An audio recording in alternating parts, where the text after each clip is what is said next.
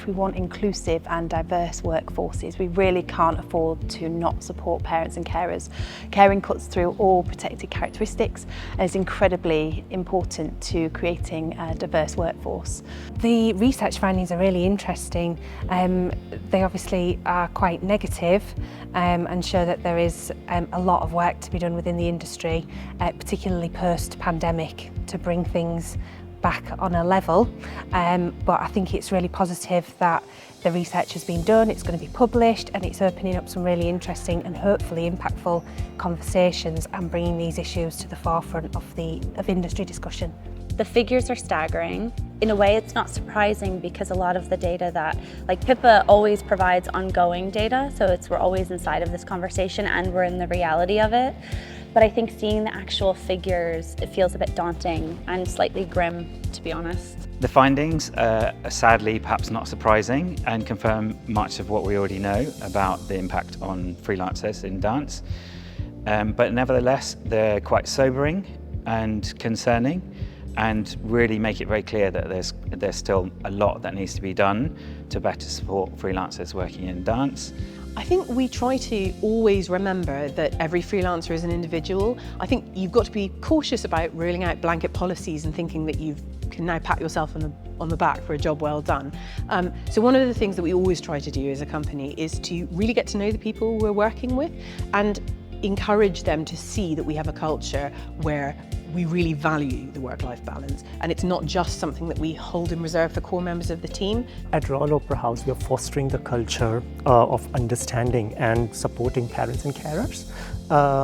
And by partnering with an organization like yours, PiPA, who gives us the direction within this, and we offer flexible working, and also Marky Hall spoke about the freelance charter that we have, where it's about all staff and artists and everybody inclusive.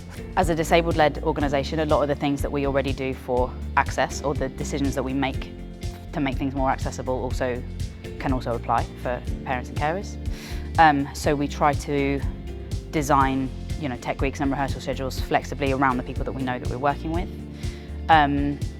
We always try to give 2 weeks notice for auditions, so people have time to put childcare or access provisions or whatever else is in place. Also means they don't have to buy a last minute train ticket. I think it really does need to start from the top, at policy level, at governmental level.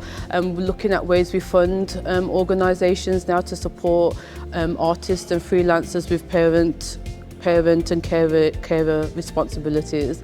One observation I also had was how we can start to speak more widely in the sector about the roles of parents and carers, and that they come in many forms. So there's lots of same-sex parents, there's single parents by choice, and there's also people that have caring responsibilities for disabled children, for older parents, or for siblings as well. So is the next step to understand and to help our workplaces understand that parenting and carers' responsibilities can intersect across many different levels.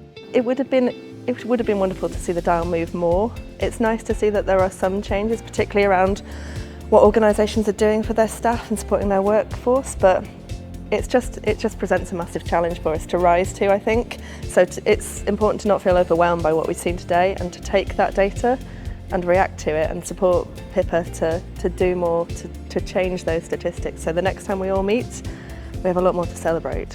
What we'd like to see is more people coming to join us and working with us, and we can see huge creativity in the sector. We just need to put it, sort of channel it in the right way and make change together.